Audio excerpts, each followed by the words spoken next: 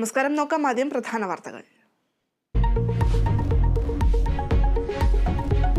മാവേലി എക്സ്പ്രസിൽ ടിടിഇക്ക് മർദ്ദനം. പരിക്കേറ്റത് ടിടിഇ വിക്രം കുമാർ മീണയ്ക്ക്. ആക്രമിച്ചത് ടിക്കറ്റ് എടുക്കാതെ യാത്ര ചെയ്തയാൾ. രാജ്യസഭാ സീറ്റിനായി LDFൽ അവകാശവാദം ഉന്നയിക്കാൻ കേരള കോൺഗ്രസ്. എതിർപ്പുമായി CPI.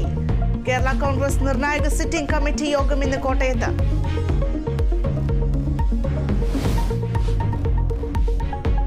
KS ഹരിഹരന്റെ വീട് ആക്രമിച്ചത് CPIM DYFI പ്രവർത്തകർ. ഗേറ്റിന് മുന്നിൽ സ്ഫോടക വസ്തു പൊട്ടിച്ചെന്നും FIRൽ.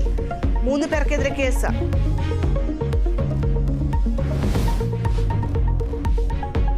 മലപ്പുറം പൊന്നാനിയിൽ മത്സ്യബന്ധന ബോട്ടിൽ കപ്പലിടിച്ച് 2 മരണം. കപ്പൽ ജീവനക്കാർക്കെതിരെ കേസെടുത്ത കോസ്റ്റൽ പോലീസ്.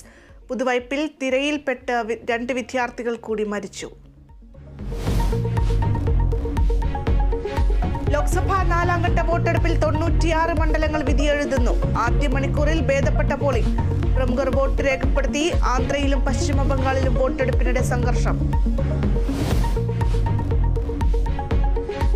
IPLൽ ഇന്ന് കൊൽക്കത്ത ഗുജറാത്ത് പോരാട്ടം. മത്സരം രാത്രി 7:30 അഹമ്മദാബാദിൽ. വിജയ തുടർച്ചയ്ക്ക് ഗുജറാത്ത്. 1ാം സ്ഥാനം നിലനിർത്താൻ കൊൽക്കത്ത.